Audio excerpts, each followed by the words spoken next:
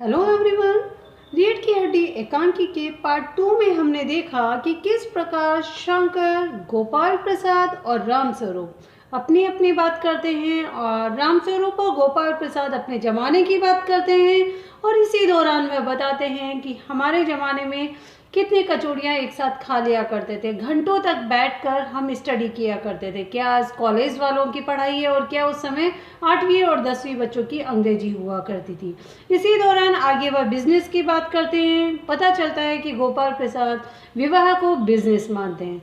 साथ ही साथ आगे पता चलता है कि जब गोपाल प्रसाद रामस्वरूप जी से पूछता है कि हमने सुना है लड़के की पढ़ाई के बारे में, वह बात तो अफवाह ही है ना, झूठी है ना। दैट मीन्स लड़की ज़्यादा पढ़ी लिखी तो नहीं है। तभी उनमें सुंदरता के बारे में बात होती, तो इसी दौरान वह कई बातें करते हैं, आज हम देखेंगे। तभी उनमें बातचीत होती है लड़के और लड़की के बारे में। इस बातचीत के दौरान पता चलता है कि गोपाल प्रसाद और शंकर लड़के और लड़की में भेद किया करते थे, लिंग भेद किया करते थे। साथ ही लड़की के उच्च शिक्षा के पक्षधर नहीं थे। वे खुद गोपाल प्रसाद खुद पेशे से वकील थे, लेकिन अपनी बहू 10th पास चाहते थे। आगे देखिए उन लोगों में कौन सी बातचीत होती है। हाँ, वह भी सही है। कहने का मतलब यह है कि कुछ बातें दुनिया में ऐसी है जो सिर्फ मर्दों के लिए है, और ऊंची तालीम भी ऐसी चीज़ों में से एक है, ये गोपाल प्रसाद कहते हैं। इससे उनकी जो छोटी सोच है उसके बारे में पता चलता है। चाय और लीजिए। धन्यवाद, पी चुका। आप बस साहब, अब तो खत्म ही कीजिए। आपने तो कुछ खाया ही नहीं, चाय के साथ टोस्ट नहीं थे। क्या बताएं, वह मक्खन। नाश्ता ही तो करना था साहब, कोई पेट तो भरना नहीं था, और फिर टोस्ट में खाता भी नहीं। इस तरह फॉर्मेलिटी की बातें होती है। आगे हम देखते हैं। यस, रामस्वरूप कहते हैं अरे जरा पान भिजवा देना, सिगरेट मंगवाऊं? जी नहीं। यही है आपकी लड़की। तभी उमा प्रवेश करती है। लाओ बेटी, पान मुझे दे दो। उमा पान की तस्तरी ट्रे अपने पिता को देती है। बस उस समय उसका चेहरा ऊपर को उठ जाता है और नाक पर रखा हुआ सोने की रिम वाला चश्मा दिखता है। बाप बेटी चौंक उठते हैं। एक्चुअली आज चश्मा लगाना आम बात है, छोटे छोटे बच्चों को चश्मा लगा हुआ देखा जा सकता है, लेकिन उस जमाने में चश्मा उन्हीं के लगता था जो ज़्यादा स्टूडियस हुआ करते थे, ज़्यादा पढ़ाई किया करते थे। उमा के चश्मा लगा हुआ देखकर गोपाल प्रसाद और उनका बेटा शंकर चौंक जाते हैं। जी वह पिछले महीने इसकी आंखें दुखनी आ गई थी, कुछ दिनों के लिए चश्मा लगाना पड़ रहा है। इस तरह वह बात को संभाल लेते हैं। पढ़ाई वढ़ाई की वजह से तो नहीं है कुछ? नहीं साहब, वह तो मैंने अर्ज किया ना। बैठो बेटी, वहाँ बैठ जाओ। उमा उस तख्त पर अपने बाजे के साथ। उमा जो कि हर कार्य में दक्ष थी। देखते हैं किस प्रकार एक वस्तु को खरीदने से पहले जब तो मोल भाव किया जाता है, उसी प्रकार अपने घर में बहू लाने से पहले गोपाल प्रसाद किस तरह से बात कर रहे हैं। चाल में तो कुछ खराबी है नहीं, चेहरे पर भी छवि है। दैट मीन्स लड़की भी सुंदर है। हाँ, कुछ गाना बजाना सीखा है? जी हाँ, सितार भी और बाजा भी। सुनाओ तो उमा एक आध गीत सितार के साथ। उमा गाना गाती है। क्यों, क्या हुआ? गाने को पूरा करो उमा। नहीं साहब, काफ़ी है, लड़की आपकी अच्छी गाती है। तभी उमा जाने लगती है और गोपाल प्रसाद कहते हैं अभी ठहरो बेटी, थोड़ा और बैठो उमा, तो तुमने पेंटिंग वेंटिंग भी? तभी रामस्वरूप कहते हैं हाँ, वह तो मैं आपको बताना ही भूल गया। ये जो तस्वीर टंगी हुई है कुत्ते वाली, इसी ने खींची है, और वह उस दीवार पर भी। ये तो बहुत अच्छा है। और सिलाई वगैरह?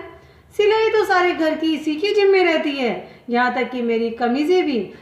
लड़की गाने बजाने में एक्सपर्ट है, सिलाई में अच्छी है, पेंटिंग्स में अच्छी है, पढ़ाई में बहुत अच्छी है, लेकिन पढ़ाई की बात वहाँ नहीं बताई गई। गोपाल प्रसाद कहते हैं ठीक है, लेकिन हाँ बेटी, तुमने कुछ इनाम भी जीते हैं। उमा बिल्कुल चुप है। सारी बातें बर्दाश्त कर रही है। रामस्वरूप इशारे के लिए खांसते हैं, लेकिन उमा चुप है, उसी तरह गर्दन झुकाए। गोपाल प्रसाद अधीर हो उठते हैं, व्याकुल हो जाते हैं और रामस्वरूप सकपकाते हैं। जवाब दो उमा। जरा शर्माती है, इनाम तो इसने। तभी गोपाल प्रसाद रूखी आवाज में कहते हैं, जरा इसे भी मुंह खोलना चाहिए। उमा देखो आप क्या कह रहे हैं, जवाब दो ना। हल्की लेकिन मजबूत आवाज में उमा कहती है, क्या जवाब दूं बाबूजी? जब कुर्सी मेज बिकती है तब दुकानदार कुर्सी मेज से कुछ नहीं पूछता, सिर्फ खरीदार को दिखला देता है। पसंद आ गई तो अच्छा, वरना सभी चौंक कर देखने लगते हैं। रामस्वरूप अपनी पुत्री से कहते हैं, उमा उमा अब मुझे कह लेने दीजिए बाबूजी। एक्चुअली उमा परेशान हो चुकी है, तंग आ चुकी है लड़के वालों की इस तरह से बात करने से। वह कहती है, ये जो महाशय मेरे खरीदार बनकर आए हैं, इनसे जरा पूछिए कि क्या लड़कियों के दिल नहीं होता, क्या उनकी चोट नहीं लगती, क्या बेबस भेड़ बकरियां हैं जिन्हें कसाई की तरह अच्छी तरह देखभाल कर। तभी गोपाल प्रसाद को गुस्सा आ जाता है और वह बोलते हैं, बाबू रामस्वरूप, आपने मेरी इज्जत उतारने के लिए मुझे यहाँ बुलाया था। उमा कहती, जी हाँ, और हमारी बेइज्जती नहीं होती जो आप इतनी देर से नापतोल कर रहे हैं। और जरा अपने इन साहबजादे से पूछिए कि अभी पिछली फरवरी में ये लड़कियों के हॉस्टल के इर्द गिर्द क्यों घूम रहे थे और वहाँ से कैसे भगाए गए थे। बाबूजी चलिए, शंकर अब चलने के लिए कहता है। लड़कियों के हॉस्टल में? क्या तुम कॉलेज में पढ़ी हो?